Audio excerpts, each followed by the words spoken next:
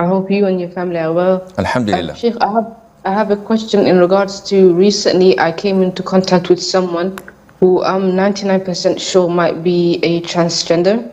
And as I was giving them my cup of tea, my hand accidentally grazed their hand.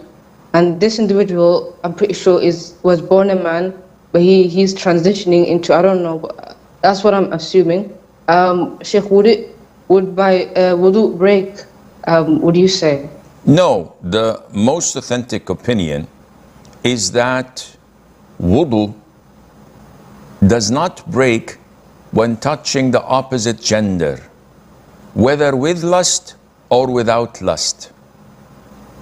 What breaks the wudu is if something was emitted from the private part because of that.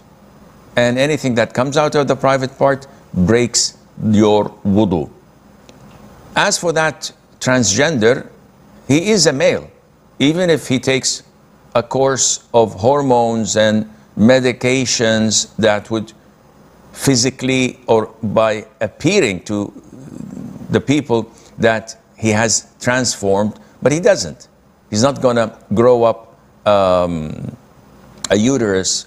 He's not going to menstruate. He's not going to be able to conceive, and definitely his junk would not be able to change as well. So this is all bogus. He's still a man and has to be treated as a non-mahram man. After Taraweeh, I mean after every like two rak'ah, someone would say like Allahumma salli ala Muhammad, and then the ma'mum would say like sallallahu alayhi wa sallam alayhi. Is this part of the sunnah? Do you know any hadith that backs it up, Muhammad? No, I'm not sure. No, this is how you recognize whether it's a sunnah or not, whether it's an innovation or not. So not everything people do, we would say, is this sunnah? How would we know? We have to go back to the books of sunnah. And if there is no hadith backing it up, then definitely this is an innovation.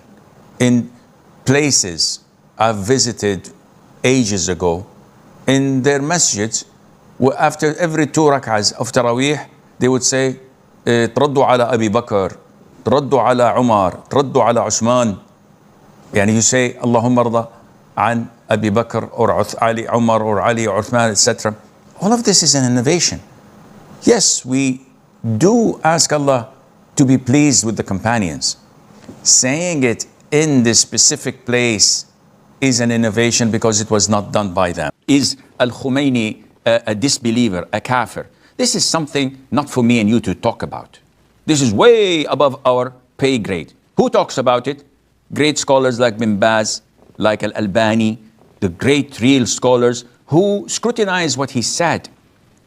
As one of his statements, he said that all messengers and prophets of Allah failed in their duty in establishing Islam and the religion of Allah. And Allah only stored it for Al-Mahdi. He's the one who's going to fulfill Allah's religion and to establish it on earth. Messengers and prophets failed. What more do you need as an evidence? So again, akhi, don't worry about these things. We have Quran, we have Sunnah. Who cares about these people? We follow the Quran, we follow the Sunnah of the Prophet ﷺ, and we definitely will end up in Jannah with the grace of Allah.